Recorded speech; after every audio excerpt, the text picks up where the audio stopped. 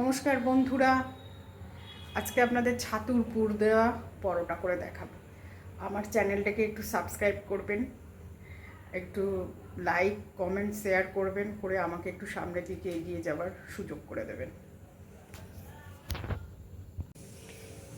ছাতু কী কী ইনগ্রিডিয়েন্টস নিয়েছি বলি। ছাতু, লঙ্কা কুচি, পেঁয়াজ কুচি, লঙ্কা গুঁড়ো, জিরে গুঁড়ো, মরিচ গুঁড়ো, নুন আর মিষ্টি।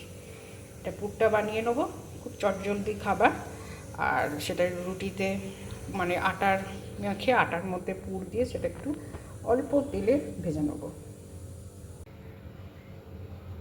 এই দেখুন ছাতুটা মাখা হয়ে গেছে।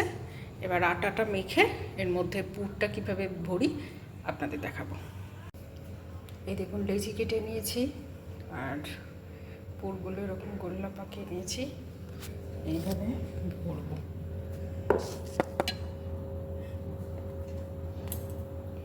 লেচিগুলোকে আমি বাটির মতন সেট করে নেবো। বেশি তলার দিকটা বেশি পাতলা করবো না, জাস্ট গর্তটা বুঝিয়ে দেবো।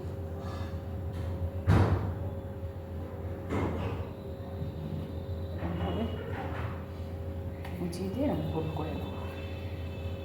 আপনাদের আর একটা দেখাচ্ছি। তলার দিকটা বেশি পাতলা করবেন না, জাস্ট ওপর দিকটা এরকম একটা গর্ত মতন করবেন। এই দেখুন গোল করা আছে, জাস্ট এর মধ্যে করবেন।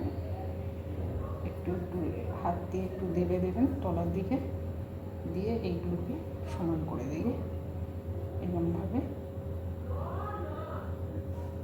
জাস্ট এরকম করে দেবেন।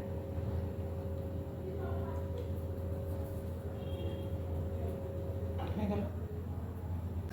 এবার কী করে বেলছি আপনাদের দেখাচ্ছি, দেখুন।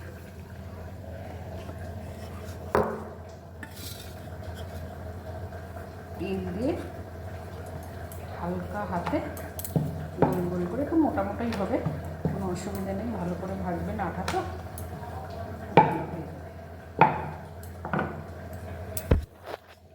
এই দেখুন এইভাবে দেবে। এই দেখুন আমার রাতের ডিনার তৈরি হয়ে গেছে। সঙ্গে একটু আলু চচ্চড়ি দিয়েছি, আলু দিয়ে টমেটো দিয়ে কাঁচা লঙ্কা দিয়ে তরকারি করেছি। ছেলের থালি তৈরি। ওকে ডিনারটা দিয়ে দিই। মানে থ্যাংক ইউ।